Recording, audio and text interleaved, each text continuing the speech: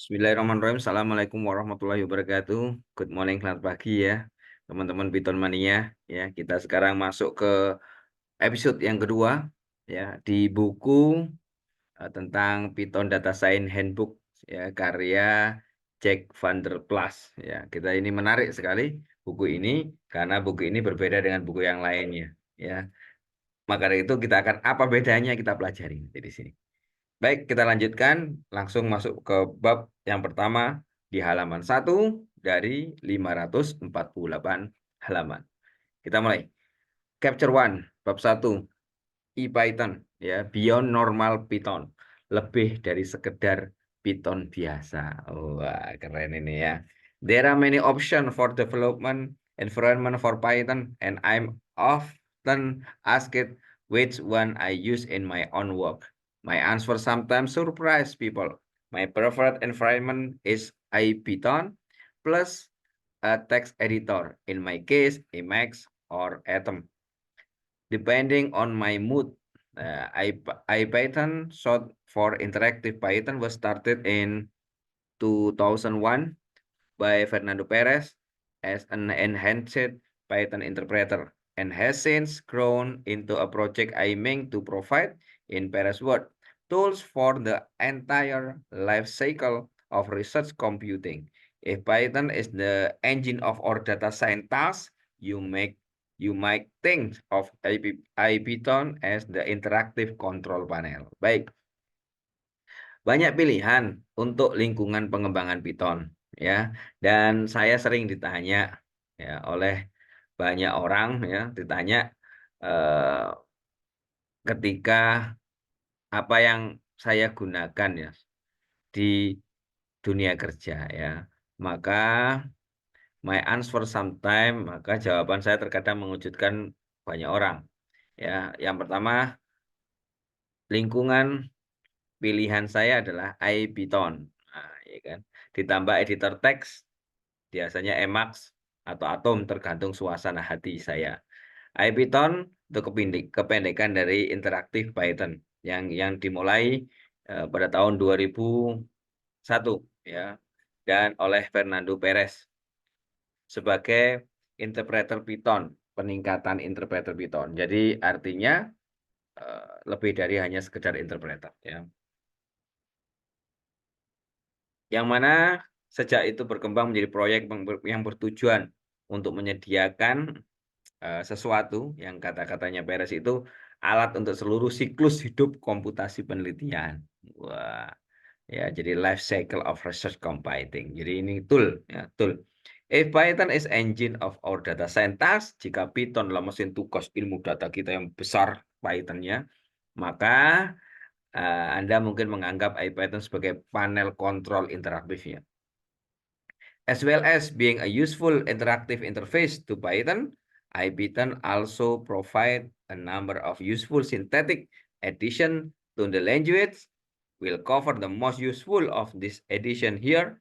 Ya, jadi selain menjadi antarmuka interaktif yang berguna untuk Python, IPython juga menyediakan sejumlah tambahan sintaksis yang berguna untuk bahasa tersebut. Ya, maka kita akan membahas yang paling berguna dari penambahan ini itu di sini. In addition, IPython is closely tied with Jupyter Project, which provide a browser-based notebook that is useful for development, collaboration, sharing, and even publication of data science result.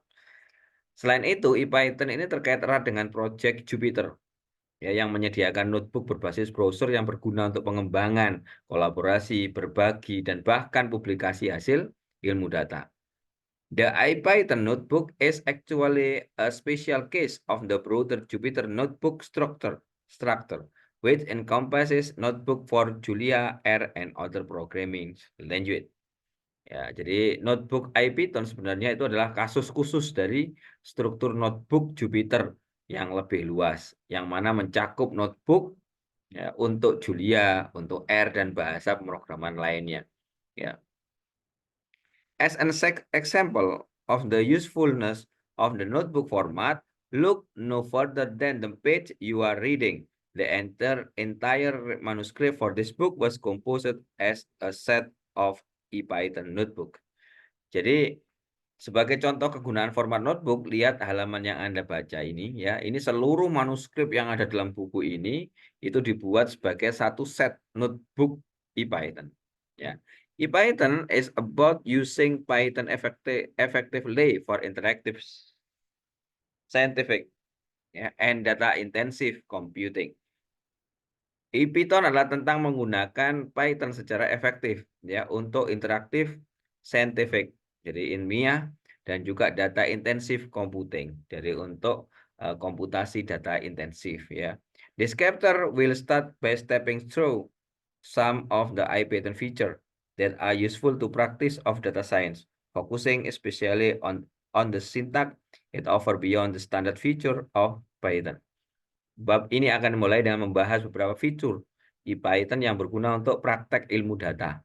Ya, dengan fokus khusus pada sintak yang ditawarkan ya di luar fitur standar Python. Next, we will go into a bit more deep on some of the more useful magic command that can speed up command task in creating and using data science code. Selanjutnya kita akan membahas lebih dalam tentang beberapa perintah magic yang lebih berguna ya yang dapat mempercepat tugas umum dalam membuat dan menggunakan kode ilmu data ini. Baik, kita lanjutkan. Finally, we will touch on some of feature of notebook that make it useful in understanding data and sharing result. Terakhir, kita akan membahas beberapa fitur-fitur notebook ya yang berguna dalam memahami data dan berbagi hasil. Nah, lanjut. Nah, halaman 2, cell all notebook. Ya, cell atau notebook. There are two primary means of using ePython that we'll discuss in this capture. The IPython cell and the IPython notebook. The book of the material in this capture is relevant to both, and the example will switch between them depending on what is most convenient. Ada dua cara utama untuk menggunakan ePython ya yang akan kita bahas dalam bab ini. Yang pertama adalah menggunakan shell ePython dan juga notebook ePython. Sebagian besar materi dalam bab ini relevan untuk keduanya ya. Dan contohnya akan beralih di antara keduanya bergantung mana yang lebih nyaman. Oke. In the few sections that are relevant, just one on the other, I will explicitly state that fact. Ya. Dalam beberapa bagian yang hanya relevan untuk salah satunya, maka saya akan menyatakan fakta itu secara eksplisit. Before we start, some word on how to launch the ePython cell and ePython notebook. Sebelum kita mulai, beberapa kata bagaimana launch menjalankan ePython di cell dan ePython di notebook ya, sedikit ini penjelasan. Baik, launching the ePython cell. This chapter, like most of this book, is not designed to be absorbed passively. I recommend that as you read Socket, you follow along and experiment with the tools and syntax we cover. The muscle memory you build through doing this will be far more useful than the simple act of reading about it. Jadi Bapak ini seperti sebagian besar buku ini tidak dirancang untuk diserap secara pasif, jadi hanya membaca tok enggak. Ya, saya sarankan agar Anda membaca dan bereksperimen dengan alat dan sintak yang kami bahas. Memori otot yang Anda bangun melalui ini akan jauh lebih berguna daripada sekedar membacanya. Ya, maka start by launching the ePython interpreter by typing ePython on the command line. Jadi mulailah dengan meluncurkan interpreter Python, ePython. Dengan mengetik ePython pada baris perintah. Alternatively, if you have installed a distribution like Anaconda or APD, there may be a launcher specific to your system. Ya, jika Anda telah menginstal distribusi seperti Anaconda atau APD, mungkin ada peluncur khusus. Ya, ada semacam launcher khusus nanti ya untuk sistem Anda. Kita akan membahas ini lebih lengkap di bantuan dan dokumentasi di IPython pada halaman 3. Baik, once you do this, you should see a prompt like the following. Tampilan ePython pertama ini, ePython bentuknya seperti ini. Ada input, nah satu. Nah, with that you're ready to follow along. Nah, di sini dengan ini Anda siap untuk mengikuti. Ini langkah pertama kalau ePython cell. Kalau karena kita menggunakan Windows, di sini sudah saya install menggunakan pip install ipython, maka menjalankannya beda ya kalau di Windows ya. Dia pakai python.exe ya, min m ini hati-hati, IP-nya harus besar, ipython gini ya. Nah, ini sudah ya. Nah, ini kita menjalankan ipython-nya. Ya, beda lah dengan di sini ya. Karena ini kita kan lewat jalur Python di sini ya. Nah, maka ipython-nya adalah nomor 8.14. Ini masih 4 ya. Ini buku lama ya. Tapi kita sudah sekarang ipython sudah 8.14. Baik, kemudian yang kedua yaitu kita launching the Jupyter Notebook. Launching the Jupyter Notebook. Ini saya tutup aja. Tadi ini Ctrl D. You want it? Yes.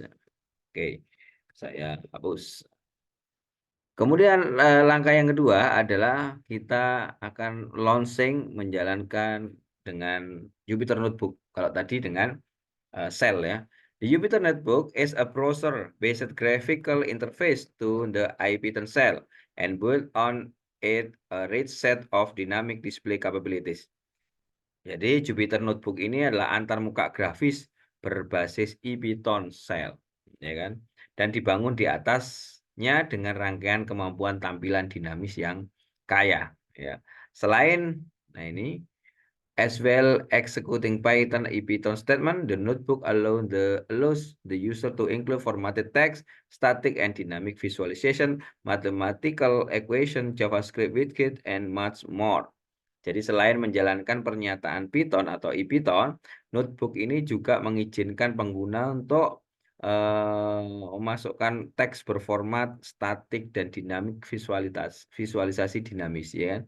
Dan juga ada persamaan matematik, nanti juga ada widget, komponen-komponen JavaScript and much more dan lain sebagainya. Jadi Jupyter Notebook lebih kompleks ya. Furthermore, this document can be saved it in a way that lets other people open them and execute the code in their own system. Selain itu, dokumen ini dapat disimpan dengan cara yang memungkinkan orang untuk membukanya dan menjalankan kodenya ya, pada sistem mereka sendiri. So the IPython notebook is viewed and edited through your web browser window. It must connect to a running Python process in order to execute code. To start this process, known as a kernel, run the following command in your system shell Jupyter Notebook. This command will launch a local web server that will be visible to your browser. It immediately spit out a log showing what it is doing. That log will look something like this. Ya. Meskipun notebook IPython ini dapat dilihat dan dietik melalui your browser, web browsermu ya, jendela web browser. It must connect to running Python. Ini harus dijalankan dengan menghubungkan proses Python ya agar kode bisa dieksekusi. To start the process, proses ini dikenal dengan kernel ya, dikenal sebagai kernel. Maka menjalankan mengikuti perintah di your system shell di dalam shell sistem Anda, ya Jupyter Notebook ya. Maka this command will, perintah ini akan melaunching sebuah web server lokal yang mana akan ditampilkan di browser Anda. It may immediately spit out. Ya, ini segera akan menampilkan log yang menunjukkan apa yang sedang dilakukannya. Log tersebut akan terlihat seperti ini. Oke. Nah, gini ya. Ini banyak teks-teks ini log.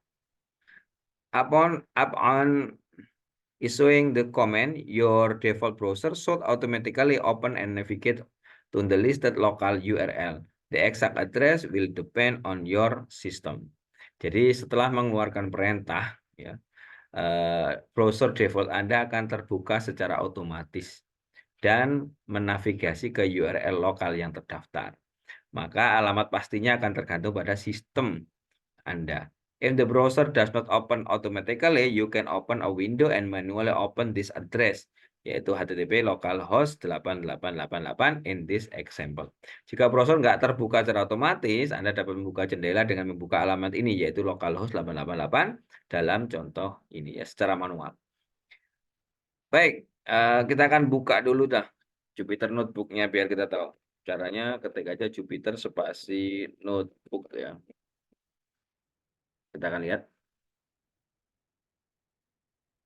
Oke, ya ini lognya ya. Jadi gambaran yang dikatakan ini lognya. Nah, ini lognya. Ya, ini lognya. Ketahuan di sini banyak. Nah, ini Jupyter Notebook-nya. Ya, dibuka di web server lokal kita. Nah, localhost 888. Ini file-file nanti bisa kita simpan di sini. Nah, kita menjalankan nanti ya. Ini artinya yang penting kita sudah menjalankan Jupyter Notebook. Caranya keluar ya quit ya. Oke. Kemudian kita tutup. Ini langsung keluar dia. Baik. Oke. Berikutnya adalah help and documentation in ePython. Bantuan dan dokumentasi di ePython. If you read no other section in this chapter, read this one. I find the tool discussed here to be the most transformative contribution of ePython to my daily workflow. When a technologically minded person is asked to help a friend, family member, or colleague with a computer problem, most of the time it is less a matter of knowing the answer as much as knowing how to quickly find an unknown answer. Jika Anda tidak membaca bagian lain dalam bab ini, maka bacalah bagian ini. Saya menemukan alat yang dibahas di sini sebagai kontribusi paling transformatif dari ePython ke alur kerja harian saya. Ketika orang berpikir secara teknis, ya diminta untuk membantu teman, keluarga, koleganya tentang masalah komputer, maka sebagian besar itu bukan tentang mengetahui jawabannya, melainkan mengetahui cara cepatnya, ya menemukan jawaban yang tidak diketahui itu.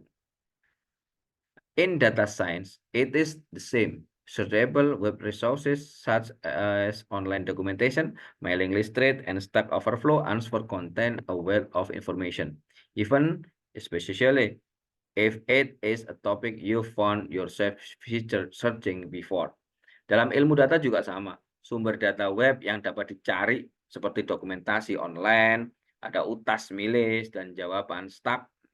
Ya, Stack Overflow berisi banyak sekali informasi. Bahkan ini terutama jika itu adalah topik yang Anda temukan sendiri sebelumnya. Ya, being an effective practitioner of data science, it less about memorizing the tool or command you should use for every possible situation, and more about learning to effectively find the information you don't know, whether through the web search engine or another means. Menjadi seorang praktisioner data science yang efektif, maka sedikitnya Anda harus menggunakan situasi yang mungkin, yang mana lebih banyak tentang belajar menemukan informasi. Ya, jadi menemukan informasi yang tidak Anda ketahui secara efektif. Ya. Baik melalui mesin pencari web atau cara yang lain. Jadi tidak, ya itu sebenarnya hanya menghafal aja ya. Nah, harus Anda gunakan nanti ke mana. Kalau nanti kita cari bingung, kita lupa. Kan kita nggak harus menghafal semua kode-kodenya. Kalau kita lupa cepat itu harus menggunakan ini. Ya, semacam kayak help and documentation. Baik. One of the most useful function of ePython Jupyter is to shorten the gap between the user and the type of documentation, and so that will help them do their work effectively. Salah satu fungsi ePython dan Jupyter yang paling berguna adalah untuk mempersingkat jarak antara pengguna dan jenis dokumentasi. Jenis dokumentasi serta pencarian yang akan membantu mereka melakukan pekerjaan secara efektif ya, seperti itu. Baik. While web search still play a role in answering complicated question, an amazing amount of information can be found through ePython alone. Nah, artinya di sini bahwa meskipun pencarian web masih berperan dalam menjawab pertanyaan yang rumit, pasti itu ya, sejumlah besar informasi dapat ditemukan melalui ePython saja. Some example of the question ePython can help answer in a few keystroke. ya beberapa contoh pertanyaan yang dapat dijawab ya IPython dalam beberapa penekanan. Contohnya adalah how do I call this function? What argument and option does it have? Bagaimana cara memanggil fungsi ini dan argumen dan opsi apa yang dimilikinya? What does the shortcode of this Python object look like? Ya, nah inilah argumen dan opsi apa, seperti apa kode sumber objek Python ini ya. What is this package I imported? What attribute or method does this object have? Jadi di sini kita akan apa yang ada dalam paket yang saya impor ini ya, atribut atau metode apa yang dimiliki oleh objek ini. Here we'll discuss Python tools to quickly access this information, namely the satu tanda tanya ya, tanda tanya karakter, to explore documentation, the dan dua karakter tanda tanya, to explore source code and the tab key for auto completion. Baik, jadi nanti ya, di sini kita akan membahas alat Python untuk mengakses informasi dengan cepat ya, dinamakan karakter tanda tanya untuk mengeksplor dokumentasi, dan juga ada double tanda tanya karakter ini untuk mengeksplor source code kode sumber, dan tab, nanti ada tab untuk auto completion ya, untuk kelengkapan secara otomatis. Baik, accessing documentation with tanda tanya ya, dengan tanda tanya. Bahasa Python ya, the Python language and its data science ecosystem are built with the user in mind. And one big part of that is access to documentation. Every Python object contain reference to a string known as a docstring, which in most cases will contain a concise summary of the object and how to use it. Bahasa Python dan ekosistem data science dibuat dengan mengutamakan pengguna user, dan satu bagian besarnya adalah akses ke dokumentasi. Setiap Python itu berisi referensi ke string yang dikenal sebagai docstring, setiap objek Python ya, yang banyak dalam kasus berisi ringkasan singkat tentang objek dan cara menggunakannya. Oke. Python has a built-in help function that can access this information and print the result. For example, to see the documentation of the built-in learn function, you can do the following: help learn. Maka nanti akan diberitahu di bawahnya ini ya. Python memiliki fungsi help bawaan yang dapat mengakses informasi ini dan mencetak hasilnya. Misalnya untuk melihat dokumentasi dari fungsi learn bawaan, Anda dapat melakukan hal berikut, yaitu help learn ya. Kita akan lihat juga. Jadi mukanya adalah python.exe m ip ipython ya. IP-nya itu besar. Baik, kita misalkan help apa tadi? Learn ya. Kita lihat tadi. Nah, maka ada jawabannya seperti ini.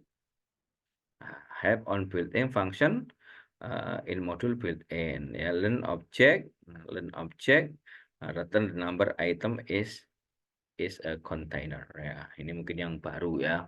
Ini manual yang baru kan. Yang di buku ini yang lama.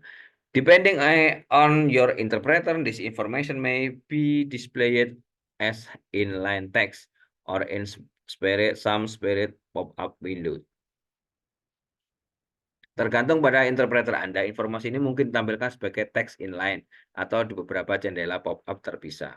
Because finding help on an object is so common and useful, IPython introduce the apa itu tanda tanya ya, karakter dari karakter tanda tanya as a shorthand for accessing this documentation and other relevant information ya.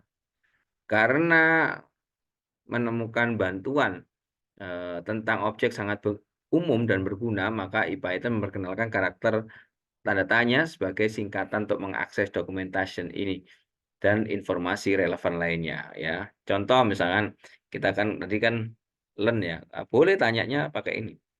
Nanti kan kita help learn ya. Kalau ini learn seperti ini kita tanyakan. Nah, maka si IPython akan memberitahukan ketika kita ketik learn itu signature-nya learn obj ya, objek. Maka docstring-nya return the number of item is container ya. Built-in function or method itu tipenya built-in function or method. Oke, baik. This notation work for just about anything, including object, method. Contoh misalkan, notasi ini berfungsi juga hampir semua hal termasuk metode, objek. Kita akan lihat. Oke, entry ya, misalkan L sama dengan ini namanya list ya, tapi kan belum. Kalau yang sudah punya dasar Anda berarti sudah tahu L, maka L titik insert misalnya kita bingung. Nah, apa itu? Nah, L insert ternyata bentuknya adalah index, objek ya.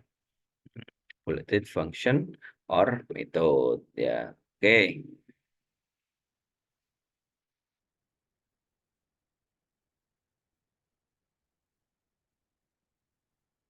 Kemudian or even object themselves with the documentation for their type. L boleh gini, L tanya lagi.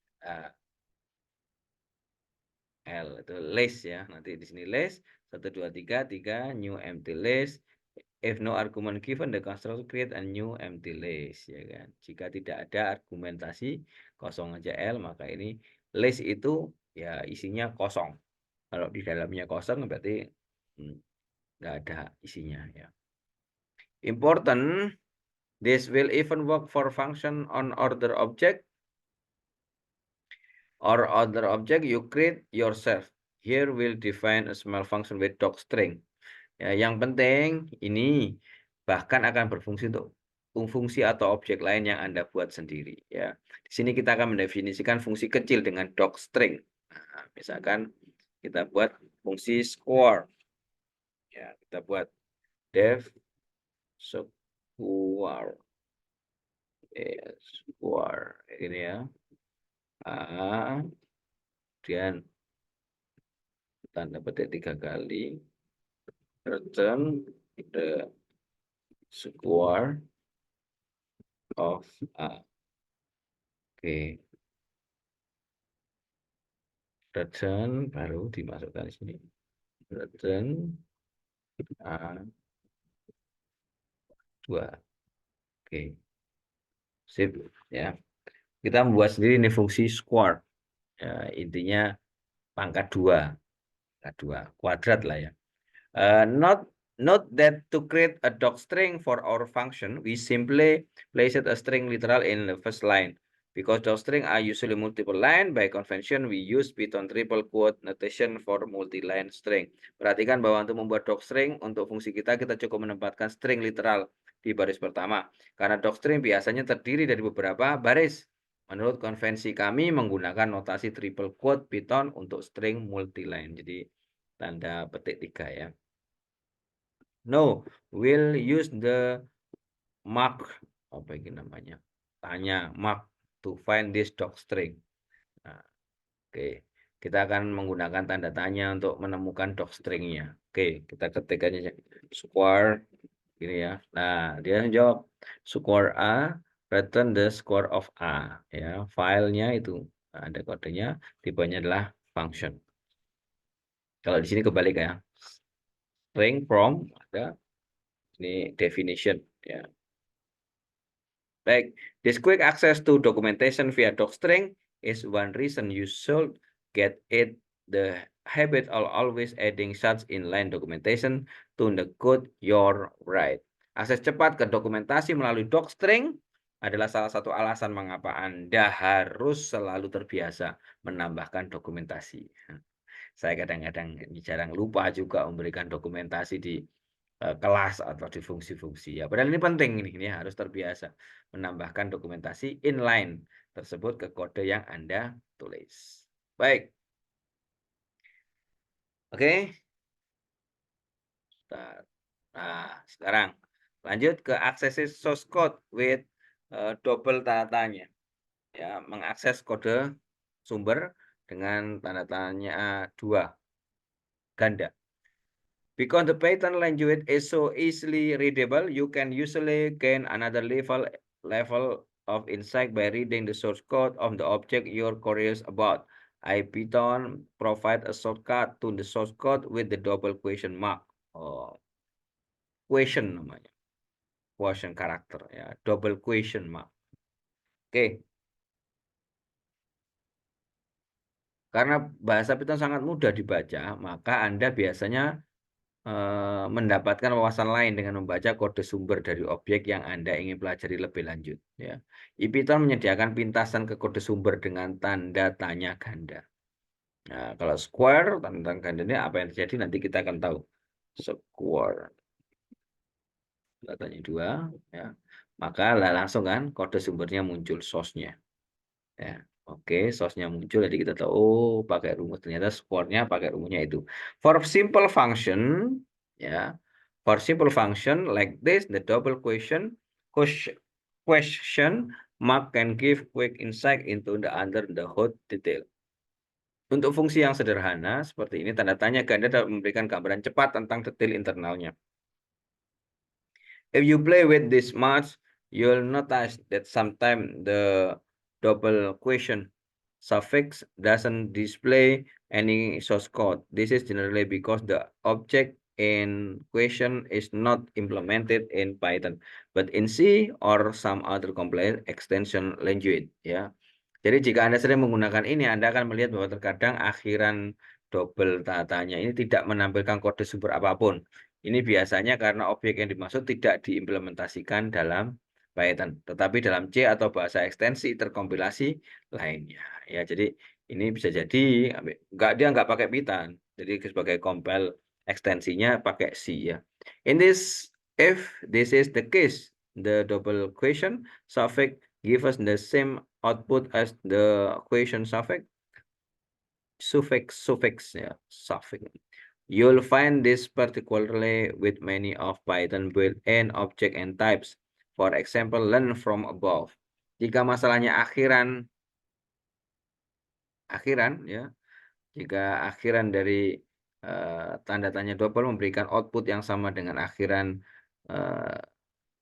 ganda sendiri ya, akhiran tanda tanya. Jadi, Anda akan menemukan ini khususnya dengan banyak objek dan tipe bawaan Python. Misalnya learn dari atas tadi.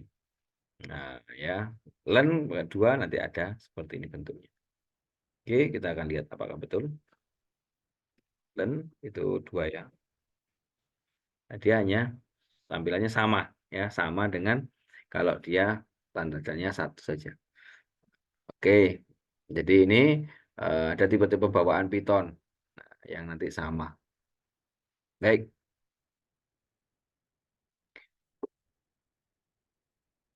Using satu tanya atau ganda, tanya ganda ya. Give a powerful and quick interface for finding information about what any Python function or module does ya. Menggunakan tanda tanya 1 ataupun tanda tanya 2, ganda memberikan antarmuka yang kuat dan cepat untuk menemukan informasi tentang apa yang dilakukan oleh fungsi atau modul Python apapun. Baik, sementara itu ya untuk episode yang kedua ini ya, yang mana kita sudah masuk sampai ke halaman 6 ini ya. Insya Allah di episode berikutnya kita akan membahas tentang exploring module with tab completion dengan pelengkapan tab, jadi mengeksplor modul ya. Baik, tetap semangat, jaga kesehatan ya teman-teman. Ingat, insya Allah kita mempelajari Python, baik itu data science ataupun nanti GUI ya, Tkinter, kita juga database SQLite, insya Allah mudah. Kenapa? Karena Python itu adalah bahasa yang mudah, simple, dan menyenangkan ya. Tetap semangat teman-teman. Saya akhiri, semoga bermanfaat. Wassalamualaikum warahmatullahi wabarakatuh.